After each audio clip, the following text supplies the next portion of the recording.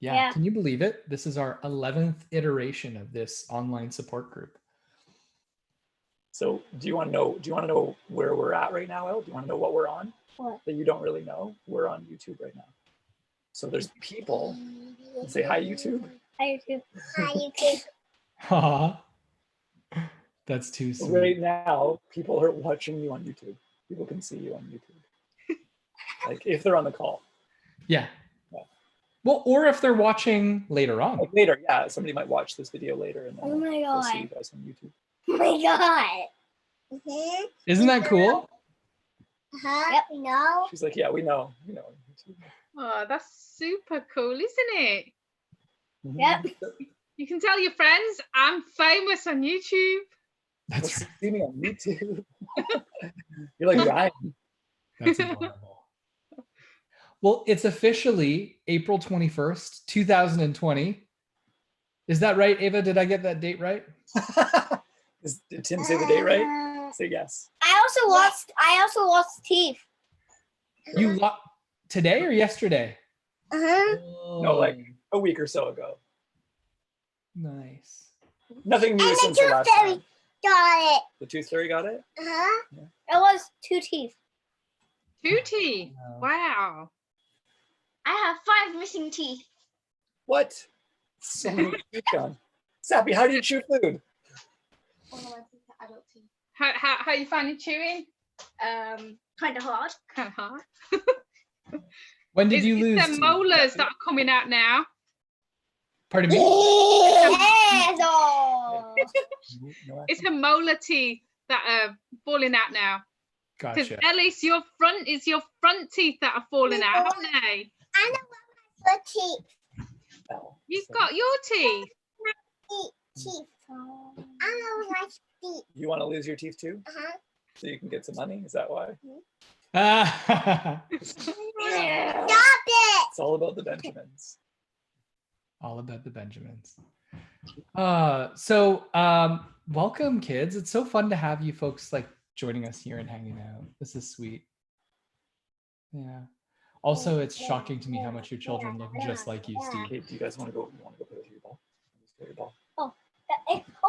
Go play with the hover ball. Go. Oh, hover ball! Shut the door. I just had a victory. That's so sweet. I don't know if it was up on live stream. Rebecca says, For a "Oh moment, my I was goodness." like, no, I just totally treated my kids like they were a dog. No, Go get your come ball. on. Go get your ball. No, Ellis I thought that was sweet.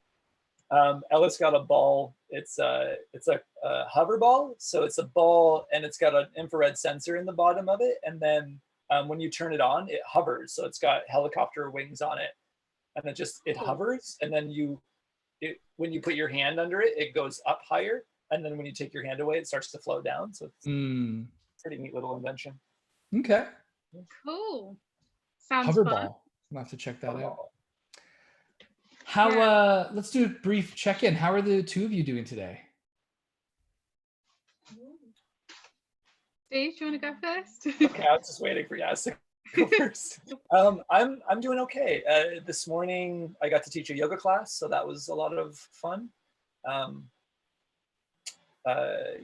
then it's been this weird, I don't know, this is what I'm noticing is the fluctuations of energy from day to day. Is that like the other day when I was feeling super silly and then I had like the third eye on, and then the day after that, it was almost like, not the complete opposite, but a move in the opposite end of the spectrum where I was feeling a little bit more tired and a little bit down.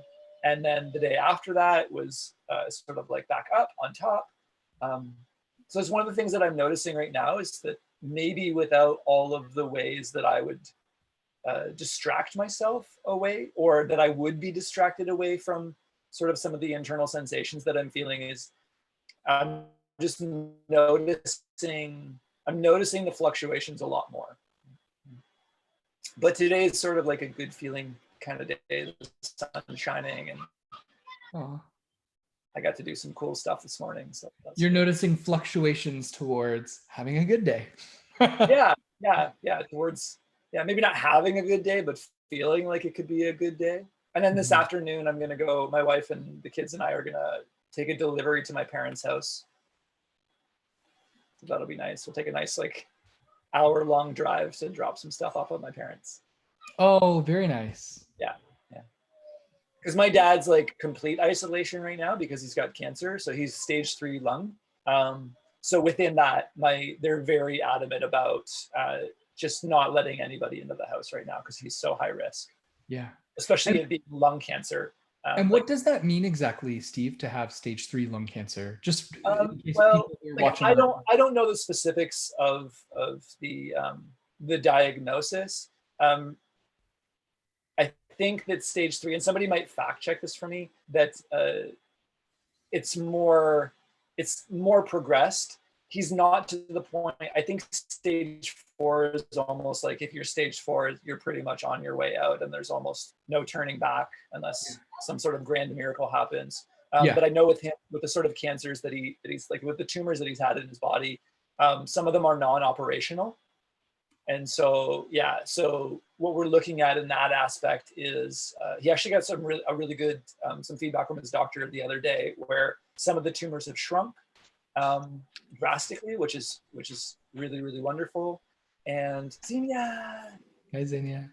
Yeah, so some of the tumors have shrunk, and there's other areas where his tests are coming back negative as opposed to positive. Yeah. So that's really nice, where there's some cancerous tissue coming through some of the lymph nodes before, and now that cancerous tissue is not there. So that's up and up. And he feels pretty good.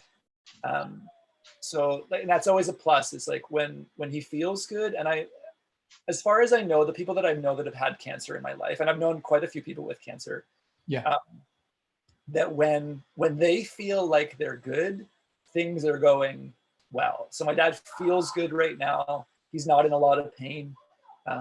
He's also the kind of guy, and this is sort of where I get my sarcasm and my humor from, is he always tries to see a brighter side of things. Yeah. He's very much a joker about the whole situation, like, which he got from his mom. So I don't know if I've said this story before, but like when my grandma had diabetes and she had to get both of her legs amputated, which was tragic, but she didn't walk much anyway, so I don't think she really missed them that much. But when she came out of the hospital in the wheelchair for the first time to see everybody, she's like, "Hey guys, now you got to call me Wheels." And that's kind of the way that my dad is too. Is he's like he'll always find something to joke about, even in the most drastic situations, which is his. I like the way she rolls, man. Yeah. I couldn't help it. Way to roll, Grandma. That's a beautiful protective function, right? Like, yeah, I think so. Like, I think that it could totally get in the way sometimes, as it has for me in the past. But I'm the same, where no matter what's happening, if it's appropriate, I'll try to find some humor in it. Same. Maybe that's why we get along so well together, Steve. Yeah, I think so. Like, we're very, like, Tim, for those of us that don't know Tim and I in a social situation, we're very jokey. We tend to take like jabs at each other quite often. And, absolutely. Yeah. Absolutely. Yeah. So that's me in a nutshell right now. We're just doing a check-in, Zenia, to see how each other are doing. Well, how are you doing? I'm okay. It's been a week. Sorry, I'm grabbing my slippers now because my feet are cold, because, we had more snow flurries today. It was a snow downpour here in the Hammer. Oh, yeah? At least up on the mountain. It was like sunny and beautiful. The wind is ferocious. And then all of a sudden I'm like, what is this? What is this falling from the sky? Totally. More snow. Well, did you get snow down in Smoggy Bottoms there, down in the lower city? I just made that up. Me? No, I'm talking to Steve, because the lower of Hamilton. So I was calling it Smoggy Bottoms. Got it. Embarrassed right now. Nope. Steve has left the building. Wants you on this call, Steve. Everyone hates you. No, you can't. What's going on, Steve? Yeah, this is cracking up. We lost him for a minute. He's here in I think vision. he's messing with his headphones. They're actually really cool. They significantly improved his audio quality. Awesome. Yeah, I'm okay. It was a really, really challenging week last week for me. Mm-hmm. Yeah, on We like missed so you. many We missed you here, but levels. that's not a guilt miss you. That's a No, for taking care sure, of right? you. I reached out to you guys. It was just trying to kind of balance my schedule, recognizing that I'm not necessarily always I'm editing here, but I'm just trying to make it so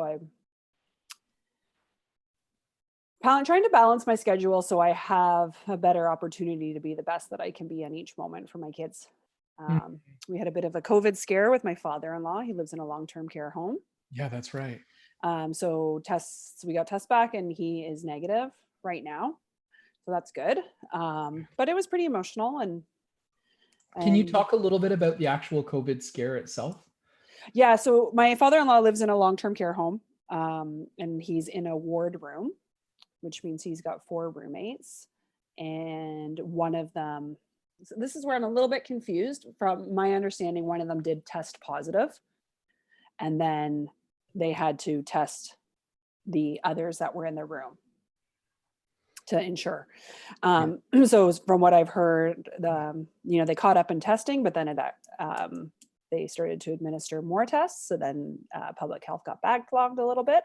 Mhm. So we found out yesterday that he's negative. And I'm saying negative for now because I feel like there's always still that chance. Not that I'm living in the what ifs, but negative for now. Maybe like all of us. So that was really scary. A friend of mine works there as well. And she's been busting her butt and working so hard and lots of overtime because like many of these long-term care homes, they're short-staffed. Of course. People are getting scared and they're leaving. People are getting sick. People are just getting burnt out. And I know a lot of other people that work in health, like in whether they're in home care or something like this, there's a lot of them are getting redeployed into these long-term care facilities to support. Somebody was telling me today that they know somebody who is in the military as a nurse, perhaps, that is being redeployed to long-term care. So it was a scary few days. It was a scary few days for my husband and his family around that, and for the kids, and like not wanting to talk about it, but then also because we didn't know yet, and then talking about it, and then our own emotions that are surfacing, some big emotions. So then the kids are around that and having those conversations, but really thankful and grateful for all the hardworking staff that have been doing everything that they can do to ensure that there was not a big spread, a big hit, and it seems like it worked. So a little bit of a relief in that sense, and then just kind of coming back to that the checking in with priorities and what's important. So I've made some changes to my schedule, kind of reducing the number of people that I'm seeing in order to still be there for my kids and my family, because it's long days where I'm the only one holding down the fort because my husband's still, again, gratefully working. So just kind of hitting this like month into it, or like 5 weeks now, and adjusting to the new normal and what that all looks like. Yeah, well, it sounds like you're doing a really great job of reeling some stuff in that you can and managing. I bow to you, my friend. You're doing some good and hard work. Yeah. Yes. How are you doing? I just want to. I'm okay. I was going to ask you, Tim, first, actually. Hold on. Steve is talking. Is desperate to share. I just want to reinforce Zenia. What's going on with Steve? Now I'm nervous that he heard what I was saying. No, we can't hear you. You keep talking, but we cannot hear you. I can hear him. I can hear him. Okay. No, we can't hear him. Oh, I don't know what's happening. How are you hearing Steve? I'm hearing everything he's saying. He said he wanted to reinforce, and so even though the rest of you can't hear me, and I'm gonna figure out. I'll translate. Zenia, no. Because I don't think that we can hear him over Das Juventud either. Connecting with values. Right? Like we're doing the ACT support group, and what you Okay, just we can hear you through the said. YouTube broadcast, but somehow, Steve, I can't hear you and Yaz can't hear you. This is really weird. So for the lip readers out there, the people that You're can still hear, talking. I still can't hear you, man. I know, but I can hear him. job. So Yes. Oh, let what me repeat what he says so you and Yaz can hear. Okay, go, Steve. I just think that you're doing a really great job as far as like what you just said about that whole situation was act in process, was connecting to the values, doing committed actions, being present. Right? I think that all of what you just said was act in a nutshell. Awesome, thank you. What Steve was saying, and I'm going to paraphrase, was that when I was sharing what he was observing was act in process, demonstrating values and actions. And there's something else that you said, buddy, that I forgot now, but I think in the nutshell of it was this is act in process. Yeah, and That's staying beautiful. present. And staying present. Yeah. I don't know, Steve, do you want to try tapping out? And then come back in? leaving and then coming back in? Yeah, and try connecting your headphones like over the Bluetooth on your laptop, because that worked real well when you were on your iPad. I'm gonna leave and then come back. Okay. And by the way, Rebecca says she can hear you. I did turn on the live stream audio and I could hear it. The problem though is that it's a few seconds delayed. So I would have to be listening to you, crank up the volume real loud, turn the microphone towards the speakers so Yaz can hear it. Too complicated. It's too complicated. Oh, Not practical. And then he's teaching yoga that way. Imagine that. Wow, that'd be funny. Okay, Steve, tap out and come on back. There he goes. Yeah, there he goes. Poor guy. Okay, yeah, I was saying to him, you're always asking everybody else how they are. How about you? How am I? I'm okay. I'm in a really, there's some stuff in my life on the periphery that's really awful and horrible, and I'm keeping it together and managing that okay. It's really nice to be seeing clients online, and that is like workable for my practice. I've been feeling a little bit nauseous at the end of the day doing all of this online work. I'm not used to getting this much screen time. I'm the type of person where I will totally hang out with friends online and play like an online video game with them, but I can't play for a long time because the motion on the screen. Hey, Steve, welcome back, my friend. Can you hear me now? We can hear you. Try your headphones. Okay. I think that's maybe what happened before was. Okay. We'll see. We'll see. I was just checking in with how I'm doing, Steve. All this screen time is kind of making me a little bit nauseous at the end of the day. And just trying to get as much time outside as possible. So, getting out with the family, walking the dog. And yeah, how else am I doing? I'm really concerned about my clients. I have a lot of clients who are experiencing the extreme of social isolation and kind of getting into a suicidal place, people who are really worried about finances. So I'm concerned about that. And then obviously, as my clients have issues with their finances and are unable to afford sessions, that starts to dwindle down my income as well. So I'm just trying to kind of manage that appropriately. And then something else that's going on. Then. Yeah. I can imagine that being really hard because it's like you've got to look after yourself, but then you're really concerned for your clients. Yeah, well, and I've even got supervisees who are sending me messages just asking for some advice on how to deal with folks who are saying, hey, I'm an essential worker, I'm a frontline healthcare worker, and I can't really afford sessions right now. And can you what can be done? And so just helping them to kind of navigate that as well, which is tricky. Yeah, which is hard. And that's why I think that having stuff like this free online support where people can come on and they can chat and engage with some mindfulness and some movement practices and have a sense of community with us is really cool. And then the other thing that I'm personally struggling with is, are you folks familiar with what's happening in Sweden right now?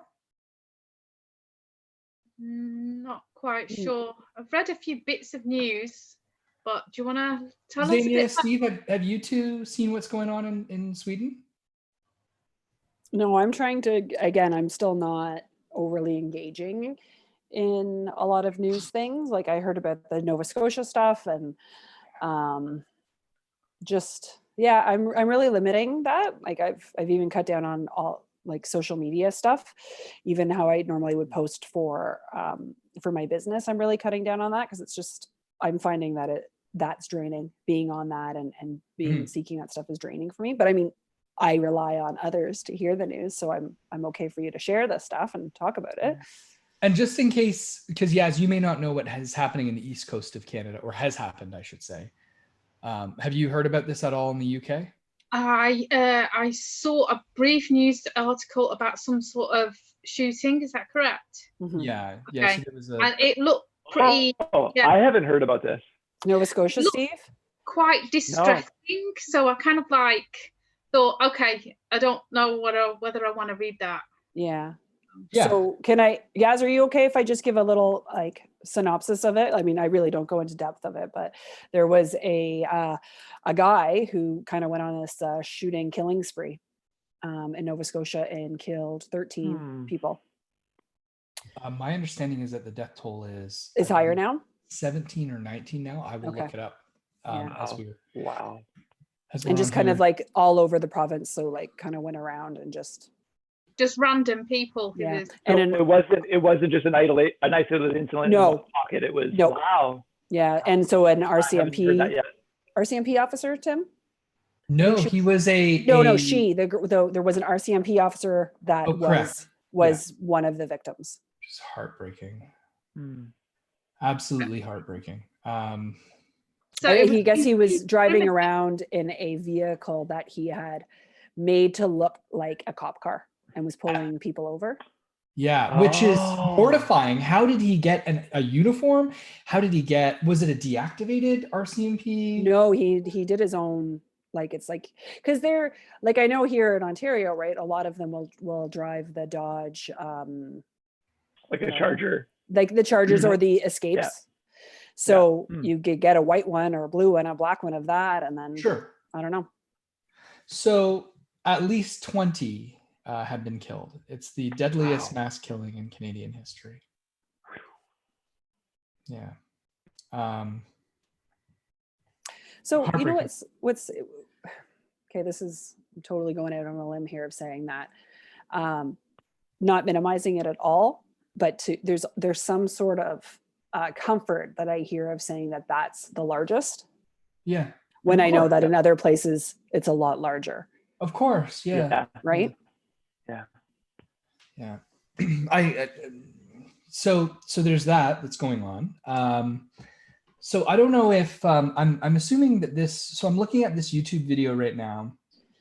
There's a YouTube channel that I've been following based out of the UK called Unheard, UNHERD. And they published a video that I've probably watched 3 or 4 times from April 17th, 2020, featuring Professor Johan Giesecke. Now, he is an advisor. He's an epidemiologist. He's an advisor to the Swedish government. He was actually the one who hired Anders Tegnell, who is the current person who's running the Swedish strategy on managing the novel coronavirus outbreak in Sweden.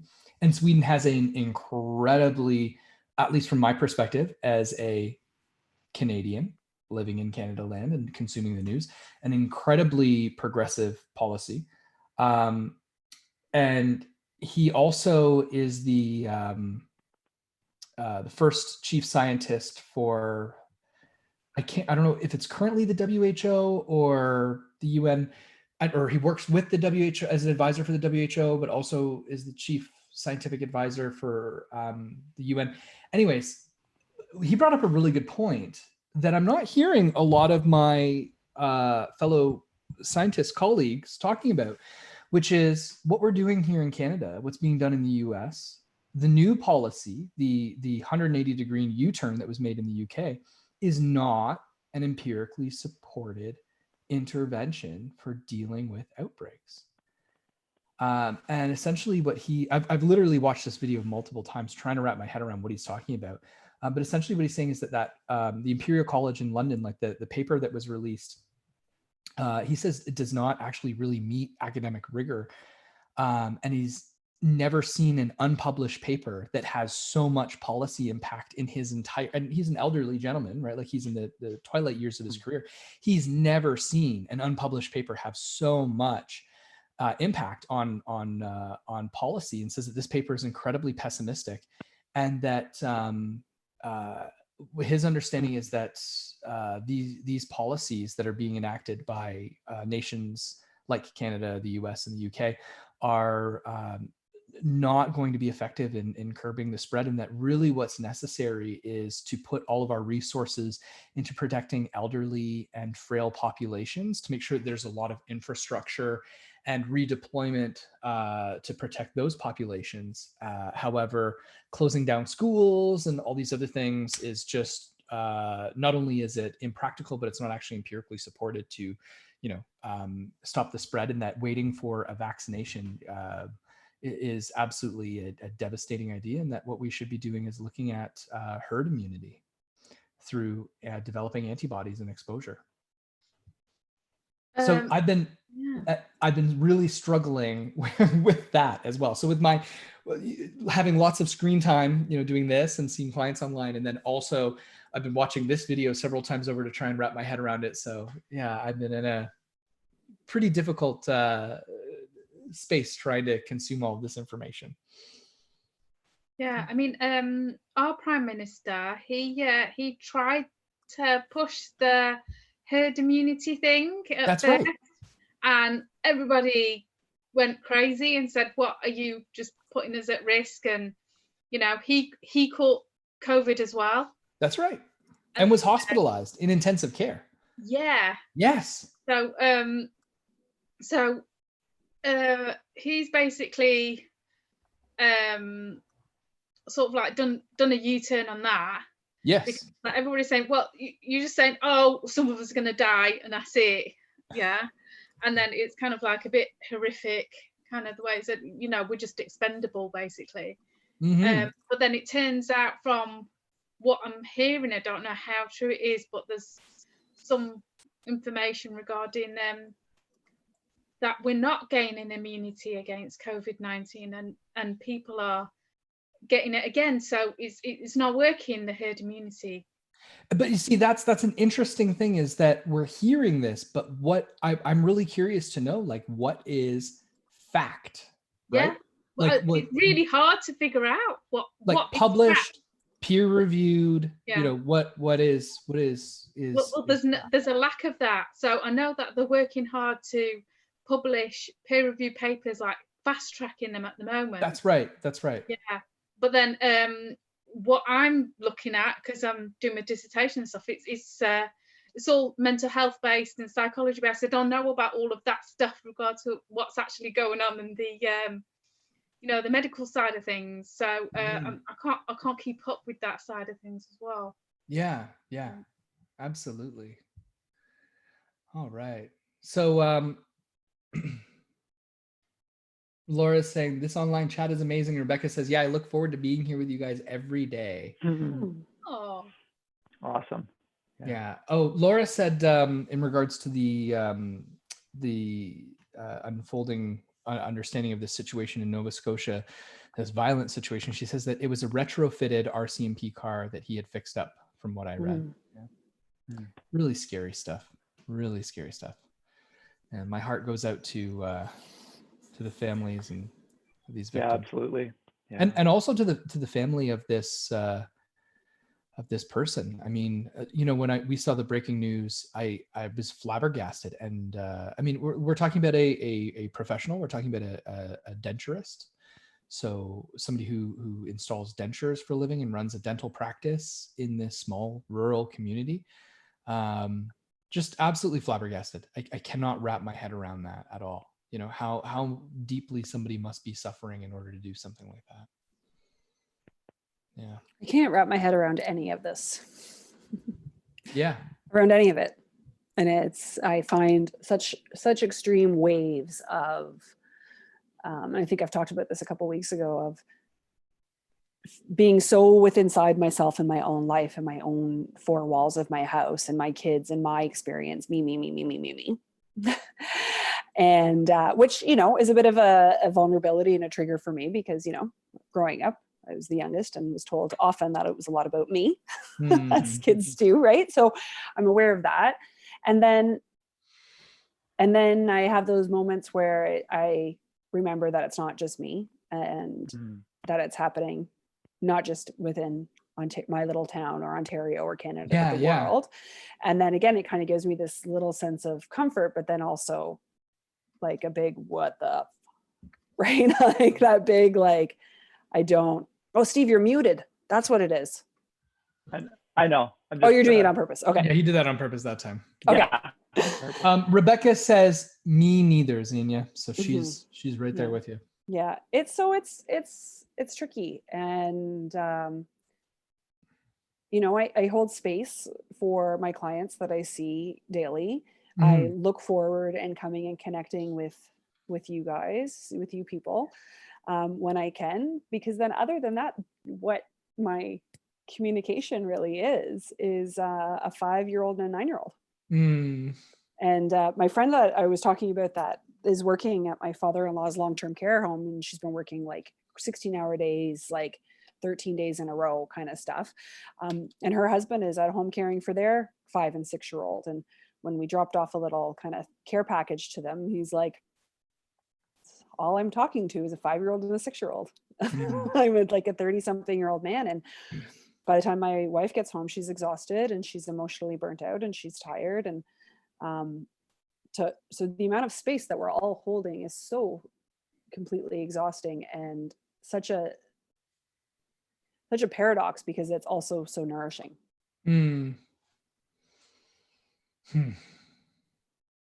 I appreciate that this is a safe space for you. That's really cool. Yeah.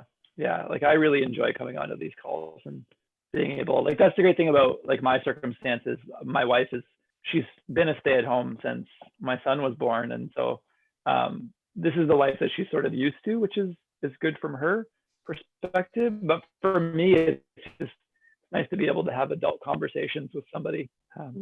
Instead of just talking to a 5-year-old and a 3-year-old all the time. Yeah. Yeah, it's hard too, right? My husband will come home and he's then bombarded by the kids, the dog, me.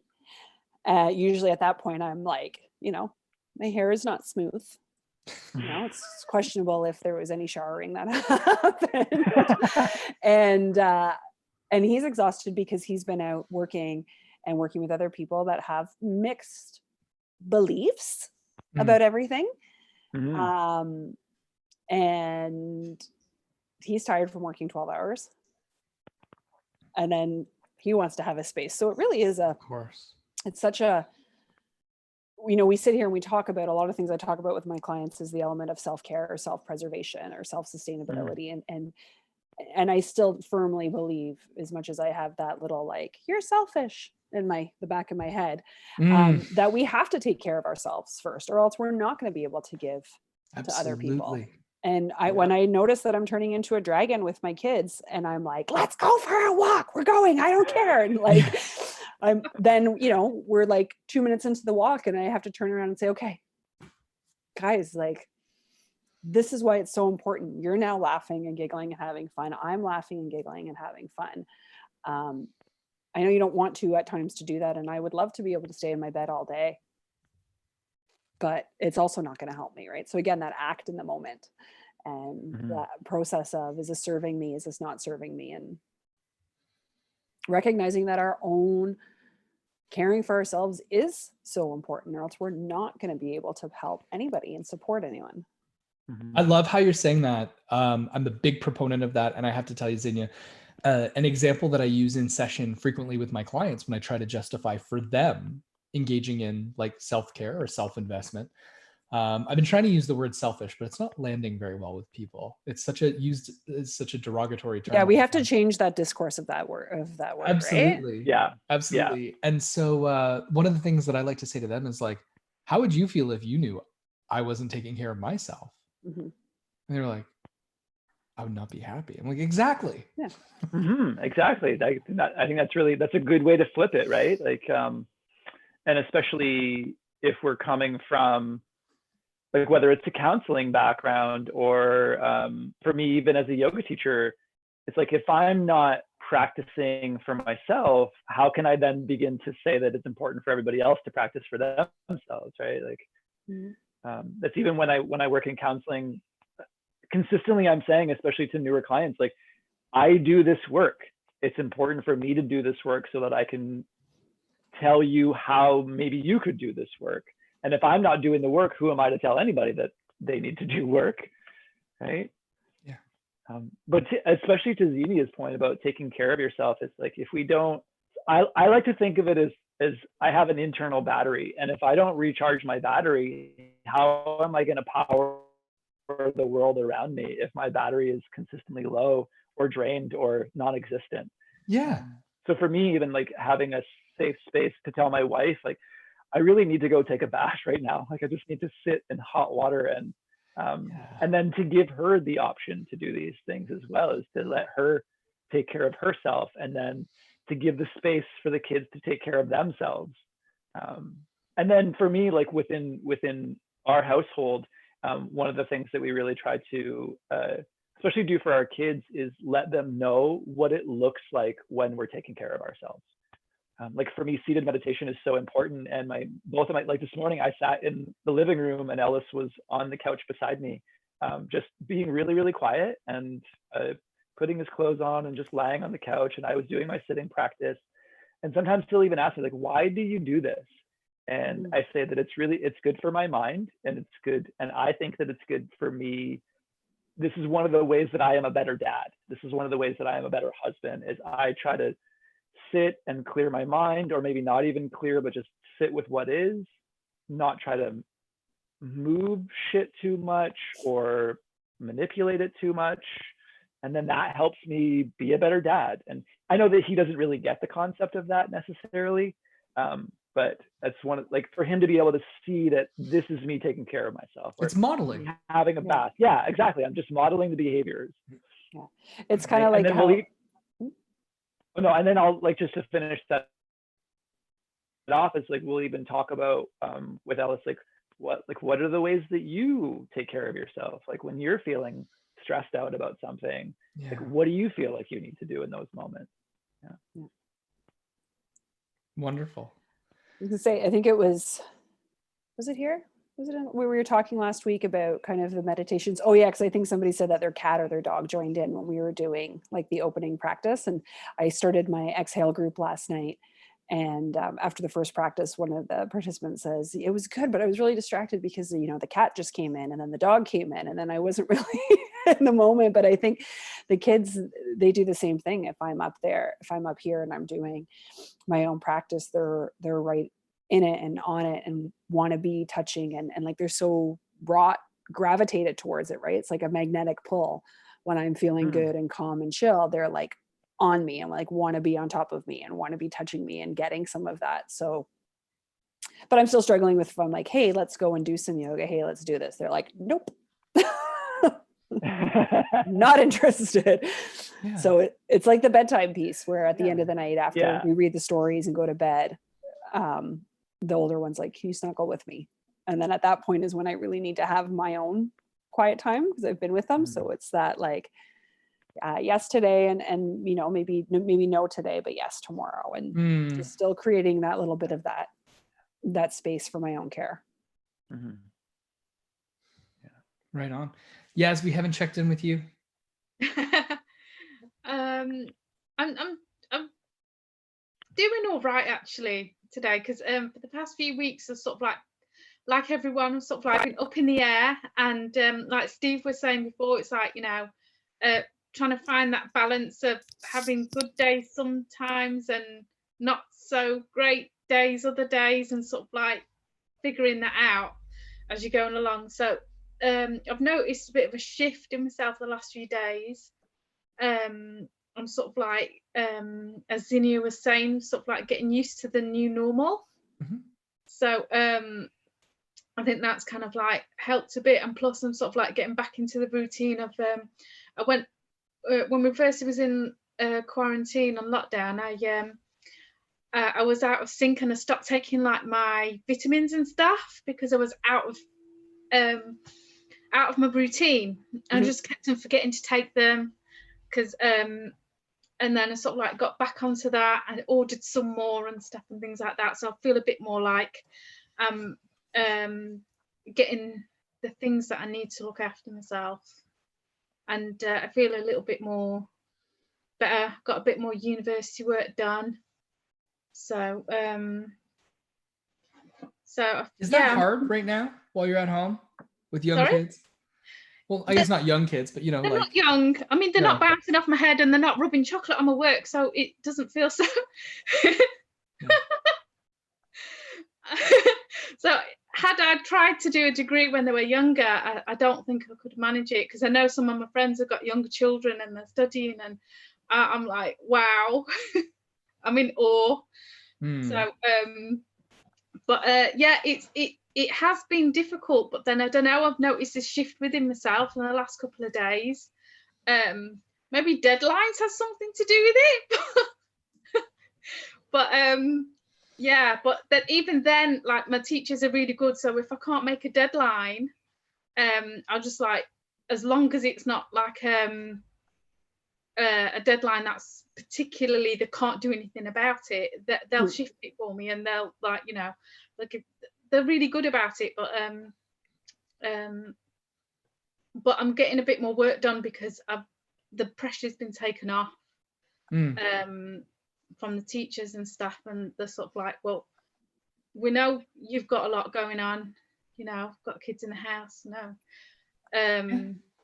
you know, not just kids, it's kids who've got mental health difficulties. I've got my own mental health difficulties as well, so it's keeping on top of all that and looking after yourself. What I really thought about what Zenia was saying. I thought, you know, that was nice to hear, the way that you're looking after yourself is that was good.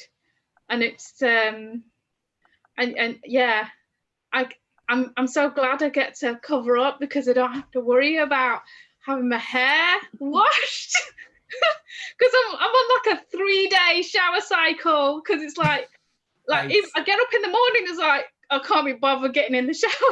You know, yes, I totally get that. And then I went back and I had this, like, I remember when I wasn't in high school anymore and I was working, but it wasn't like the same, right? It was like, you know, late teens, early 20s, minimal responsibility, living in your parents' home. Your job really consisted of pocket money, and being able to go, like, staying up until whatever time in the middle of the night watching like ridiculous TV, Breaker High. I don't know if anyone remembers that. Oh my God, like Breaker High. Yeah, right? Wow, I haven't thought of that show in a long time. Who was in it? Ryan Gosling. Ryan Gosling. Yeah. He played the dweeby, like he was the dweeby heartthrob kid. Yeah. But like recognizing that, I think the last time I felt this way was then, where I was like, okay, I'm working, I'm doing stuff, but there was nothing that was driving me, that was feeding and really fully nourishing me. So I wasn't showering a lot. And I noticed that happening here, where it was kind of like, who cares? Like, I can still look presentable. I can, you know, wash up bits and pieces as I need to, and forgetting how therapeutic, though. Like, I still make my kids shower and bathe every day. Like, there's like, but I am not following the same rules. And I probably sound like a pig pen, but just notice that judgment. I know, right? But noticing, like, too, how cleansing and how soul, like that mindfulness, right, of all of a sudden being in the shower and then smelling the soap and feeling the bubbles and hearing the sounds of the water, and how it was really, I was like, oh yeah, okay, I could do, I'll do this every other day. Like, so I mean, I'm finding that really difficult to manage right now, because I feel too stressed. It's like I can't spend, like, it's got to be like a really quick wash, because it's like I've got too much stuff to do. Yeah, so it's like when I spend too much time, not too much, when I spend how much time I want to spend in the bathroom, I feel like guilty is like, oh my gosh, all that time. Yeah. And I think it's a choice, and it's like an interesting balance, Let's right? of let's figuring it out. quantify that. How much time becomes self-indulgent? Right. yeah. A half an hour? I Maybe. think half an hour Can is you really imagine? simple. My kid will take a half-hour shower. That's why that number's in there. I'm like, what are you doing? You're like this big. And he's like, Hey, not a Concert. shower concert. Shower concert. Shower Oh, concert. shower concert. So right before the lockdown happened, I live a hop, skip, and a jump away from a mall. And I don't know where this came from. Like everybody was rushing to buy toilet paper, Mhm. and I bought 2 bags worth of Lush bath bombs. Oh, So- they're the best. Can you order them online? Like, Yeah, you can. Okay. I recommend the there's one, it's like in a sack, and it is it's like a sleep relaxation mix of bath bomb with like lilacs and purple Loveliness. relaxation stuff. Yeah, And purple relaxation stuff. I don't know, it makes the That's water pretty purple. awesome. Very nice. Very Makes the nice. water so Yeah. relaxing. Yeah. Hey. Adele makes her own, so we're stocked up with bath bombs. You know what, Steve? How do you do that? Have a We've nice life, tried- okay? We've I'm proving you tried, and it was- has not turned into bath Goodbye. bombs. Well, actually, Tim, you know, So we if you wake up want, every morning, Zenia, if you want to have a turn on butter. conversation with, Hilarious. yesterday I built my own house. Yeah, and- totally. So Adele has tried it. One of Ellis's friends from school, his mom makes them on a regular basis. And so Adele went and learned from her. But one of the things that she figured out was the ratios have to be like on point. Yeah. So even including the food coloring that you would put in is part of the liquid content. Mhm. And I so she just actually am figured out how to very make them enthralled by this. well. I want to learn how to do this. I have tried. Yeah. Wait, We isn't your wife educated as like an educator? She should have her own YouTube channel teaching people how to do all this cool stuff. Oh, who, Adele? Yeah, well, as an educator, like she taught. Ooh, bad time to cut out. I don't want to diminish her. Now we can She insert didn't anything teach we in, want. like I think she taught English in Taiwan for 2 years. Yeah, she taught English in Taiwan. She's a good teacher. She's a very good teacher. But doesn't she have a Tell her to college look up a diploma as a like? She teaches like kayaking and.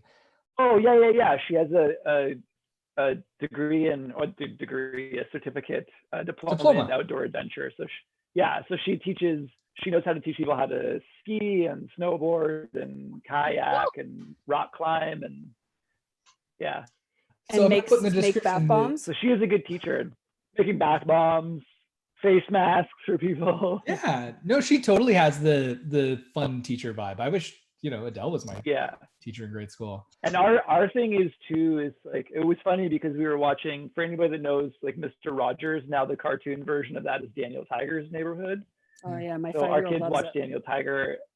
The episode that we watched yesterday was how to do things for yourself when there's either nobody around to do it or you can't buy it. So how to make it yourself. And that's kind of our mentality here is I'd prefer not to buy something if I don't have to. If I can make it myself, I'll make it myself.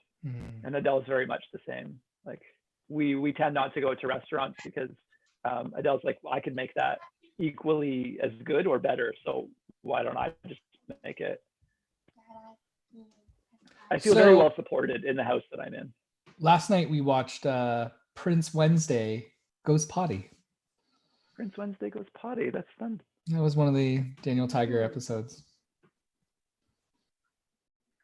And is one of yours learning how to pot? Is one of yours potty training right now?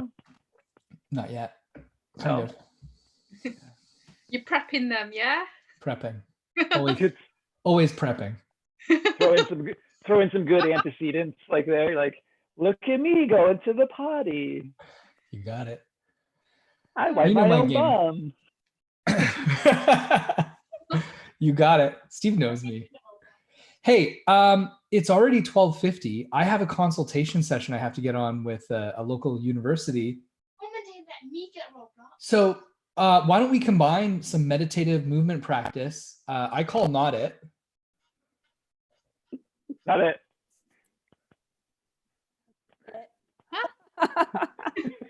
Okay, so Zenia, would you be willing to, do you feel, do Yeah, you have the bandwidth to do that today? sure. We'll Okay. make it a shorty. Yeah. We'll make Thank it a you. shorty. Okay. So let's find ourselves in a comfortable pose. I'm going to keep my headset on so you can hear me better, and Yeah. we'll just go with. Okay, so take a second, settle into your body, however that's going to show up for you today. Perhaps the soles of your feet are firmly rooted into the floor. Maybe the backs of your legs, so those hamstrings, the glutes, the lower back are supported with the chair, if you're seated in a chair. And I actually want to invite you to kind of crumble, to roll in, to find that posture that typically when you're bored or tired or feeling kind of low and yucky. And take a second to notice how the breath is showing up in the body here. Notice where the body is going in terms of sensations, how the breath is presenting.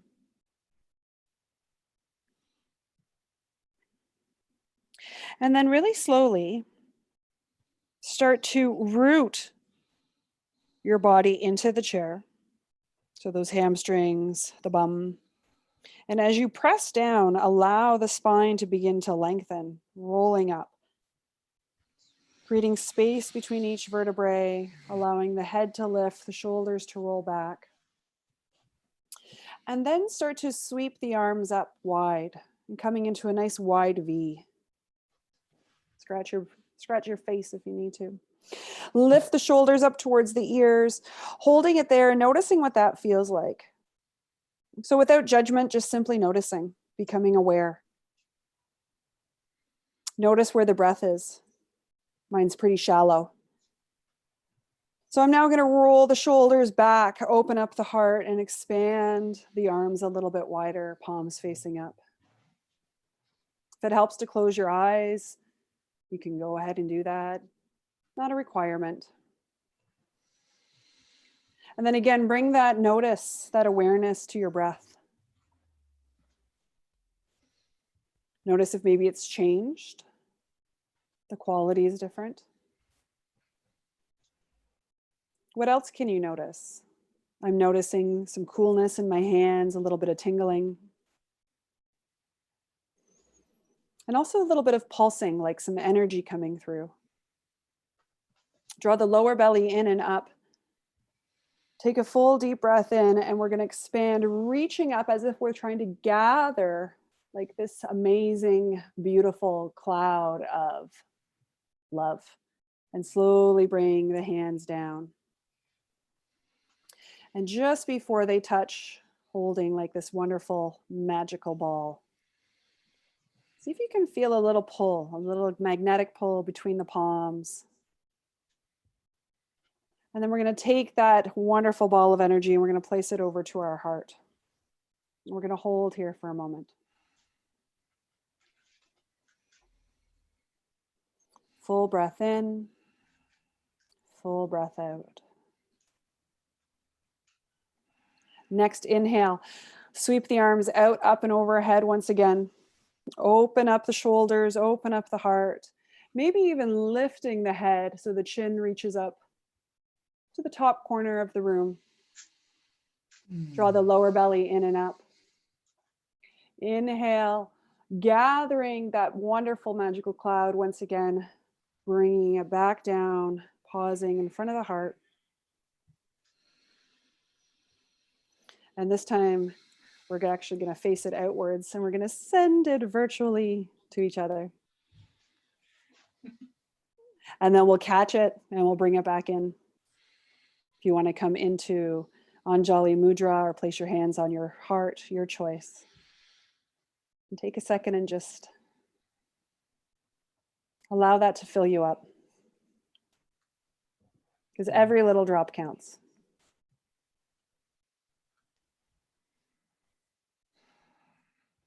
And then when you're ready, you can release and come back. That was wonderful. It was lovely. Hmm. Totally Rubik's what I Cube. needed. So, Great yeah, work, Zenia. it's her new one. Rubik's Cube. Thanks, Tim. Yeah, that was Nice. really wonderful. Very nice. So hopefully, if anything, that just shows that even a 2-minute little opening up of the heart, Oh, I needed that. checking in with the difference of how our postures can affect our mood, our breath, our awareness.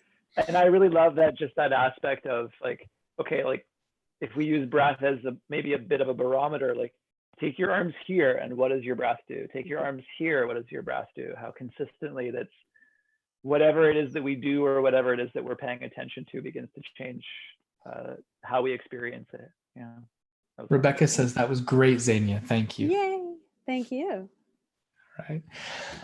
Well, for this April 20th, 21st. 21st, 2020, for our 11th episode of this act-based self-isolation support. By the way, in case you folks are interested, I put a link to that video about lockdown. I put that into the super chat. If you want to take a look at that. Super chat. Super chat. I hope you folks have an absolutely, we had to get it once. Hope you have an absolutely wonderful. The kids have actually started to say it like that now. Super chat. Super chat. Careful. I also taught my nephew, who's now 20, he'll be 22 in a few weeks, actually, when he was just learning how to talk, how to say thank you and please. So he'd be like, Mommy, can I have a cookie? Please. One of my star moments for sure. Yeah. Have All a right. great day, everybody. This was You too. Yeah.